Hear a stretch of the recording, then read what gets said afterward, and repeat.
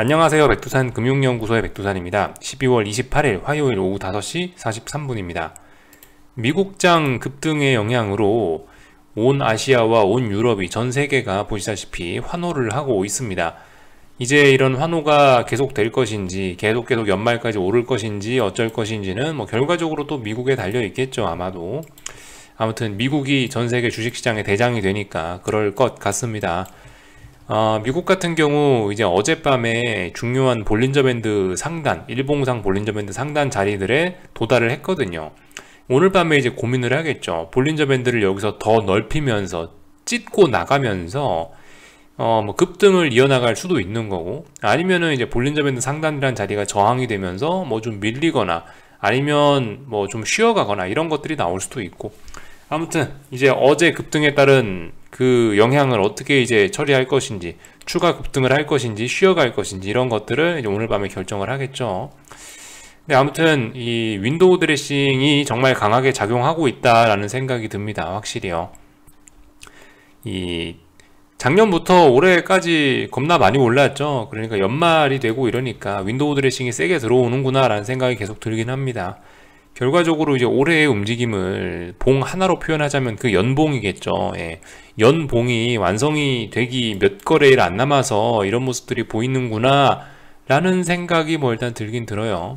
그래서 일단 지켜보자 라고 말씀드리고, 저는 일단은 나스닥 숏을 이미 23일 날에 일단 포기를 했기 때문에 일단은 오늘 밤은 일단 아무것도 안 할 생각이에요. 예, 오늘 밤 아무것도 안 할 생각이고 좀 더 그냥 지켜볼 겁니다. 오늘 밤에 여기서 또다시 상승이 멈추고 저항이 보이면은 그 저항을 기준으로 뭔가 해볼 생각은 있는데, 아무튼 아직까지는 숏을 들이대고 이럴 때는 아닌 것 같다라는 이야기를 일단 말씀을 드렸죠. 오늘 아침에요. 예. 그래서 그 정도 이야기. 딱히 더 이상 할 말은 없습니다. 그래서 미국 시장 오늘 밤에 급등할 거냐 아니면 쉴 거냐 이런 부분 일단 좀 지켜보자라는 이야기를 드렸고요. 오늘 아시아가 전반적으로 다 신나게 랠리를 해가지고 하여튼 그러죠. 다른 나라들도 한번 그림 정도는 구경을 해보자고요. 니케이 같은 경우 지금 보시면 여기가 중요한 자리였죠. 근데 이 자리를 직전 고점 자리를 지금 넘으려고 그러고 있습니다. 아직 넘진 않았네요. 근데 아무튼 그래서 다 같이 원웨이 상승을 보여줬다라는 거. 오늘 전반적으로 굉장히 강력한 매수세가 들어와서 이런 원웨이 상승장 보여줬다는 거. 일본요. 중국도 오르고요. 하여튼 전 세계적으로 안 오른 나라가 없습니다. 근데 아무튼 이러한 전 세계적인 이런 모습들이 윈도우 드레싱의 영향이지 않겠냐라는 생각은 좀 들어요. 저게 진짜겠어? 라고 저게 진짜겠냐고 일단 의심은 해보고 있다는 거죠. 예를 들면은 대표적인 신흥국 통화, 위안화 이런 거 진짜 중국에 좋아서 들어오고 긴축 우려가 없어지고 그런 거면 위안화 이렇게 내려왔겠죠. 아마도 오늘 원달러 환율도 그런 것 같아요. 원달러 환율도 오늘 코스피가 그 난리를 부렸으면 좀 아래로 내려왔어야 되겠죠. 근데 일단 버티고 있죠. 하여튼 이런 점들 지켜보고 있습니다. 달러 인덱스 같은 것도 보시면 일단 추가로 아래쪽으로 더 진행은 되지 않고 있고 일단 어딘가에서 버티고 있다. 요 정도 이야기 드릴 수 있을 것 같아요. 하여튼 그래서 다 올랐다. 예, 다 오른 와중에 코스닥은 조금 더 많이 오른 것 같다. 요 정도 이야기. 오늘 제가 뭐라고 이야기를 드릴까요, 여러분들? 딱히 오늘도 어쨌든 드릴 말씀은 없습니다. 평상시하고 똑같은 이야기만 할 거예요. 이제 코스피 선물이 400 부근에 왔고, 코스닥 선물, 코스닥 시장 같은 경우는 1년 동안 만들었던 박스권의 상단부까지 위치를 했는데, 이쯤에서 이제 우리 고민해 봐야 되는 거죠. 중요한 자리들까지 왔으니까. 일단 이성적으로 한번 생각해 보는 거죠. 오늘 급등했으니까 내일 무조건 오를지 안 오를지 그런 건 모르는 거고, 일단 하여튼 고민해 보는 거죠. 올해 코스피가 빠진 이유가 뭐지? 긴축 때문이지. 디커플링, 미국의 긴축으로 인해 디커플링이 발생한 거지. 내년에 달라질까?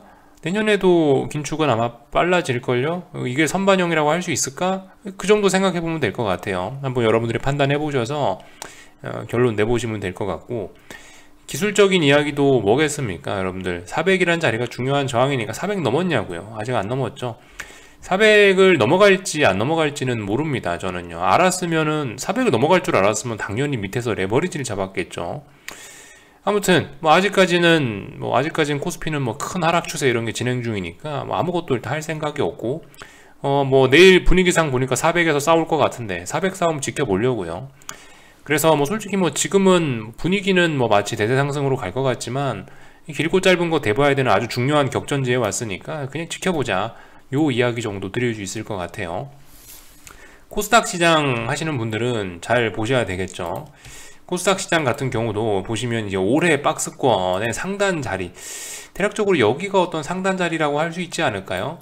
지금 제가 이게 대충 그은 게 아니에요. 대충 그은 것 같지만 지금 이 위에 있는 이 박스권 상단을 어디로 잡은 거냐면은 여기 작년 12월, 올해 1월 초에 만들어놨던 요런 저항들을 기준으로 해서 이 자리를 상단이라고 잡은 거예요. 아무튼 그래서 오늘 보시다시피 볼린저 밴드를 째면서, 얘도 볼린저 밴드를 넓히면서 원웨이로 급등을 하면서 이런 중요한 저항들이잖아요. 1년 내내 싸웠던 박스권 상단이니까 저항이잖아요. 굉장히 무거운 저항까지 왔단 말입니다. 그죠? 왔으면은 이제 무조건 넘어가니까 팔아야 돼요. 뭐 숏을 팔아야 돼요. 무조건 이제 상방으로 추격해야 돼요. 아직 모르는 거죠. 위쪽에 있는 라인을 이걸 장대 항공으로 빡 하고 뚫고 나가면, 이렇게 모습이 나오면은 그래, 그럼 이제 신세계가 펼쳐지나 보다 생각할 수 있지만, 아직까지는 뭐 박스권 내에 있는 거고, 아직까지 저항을 돌파한 척 했냐? 안 했거든요. 그러니까 뭐 차분하게 우리는 하던 일 하면 될 것 같습니다. 그래서 뭐 이런 내용들을 살펴봤고요.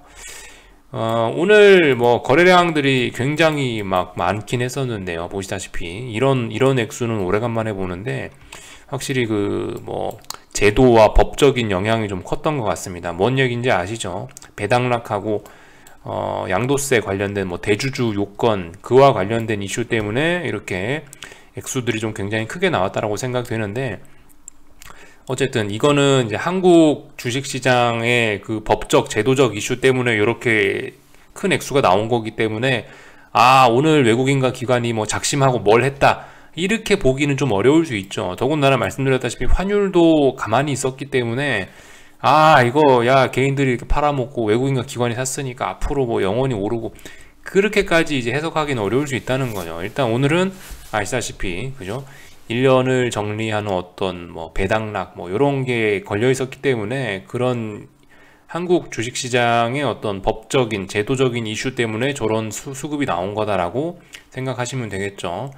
그리고 말씀드렸다시피, 그리고 이런 이슈가 오늘 하루로 딱 끝, 이렇게 되지 않을 수도 있다고요. 말씀드렸다시피 이게 배당락이라는 게, 혹은 뭐 양도세 뭐 이런 관련해서 이런 이슈가 딱 끝나고 나면 이게 내일이나 내일 모레 이렇게 조금 더 영향을 미칠 수도 있다고요. 그러니까 오늘 엄청나게 이것 때문에 올랐으니까 이제 그 영향은 완전 끝, 이거 분명히 후폭풍이 좀 있을 수도 있다고요. 이런 생각도 좀 해보면 좋을 것 같습니다.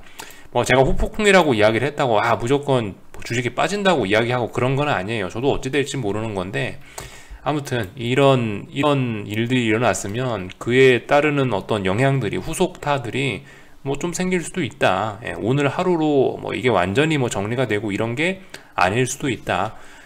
내일 모레까지 해서 내가 봤을 때 당분간 계속 이것 때문에 주식시장에 지금 큰 돈들이 왔다 갔다 했거든요.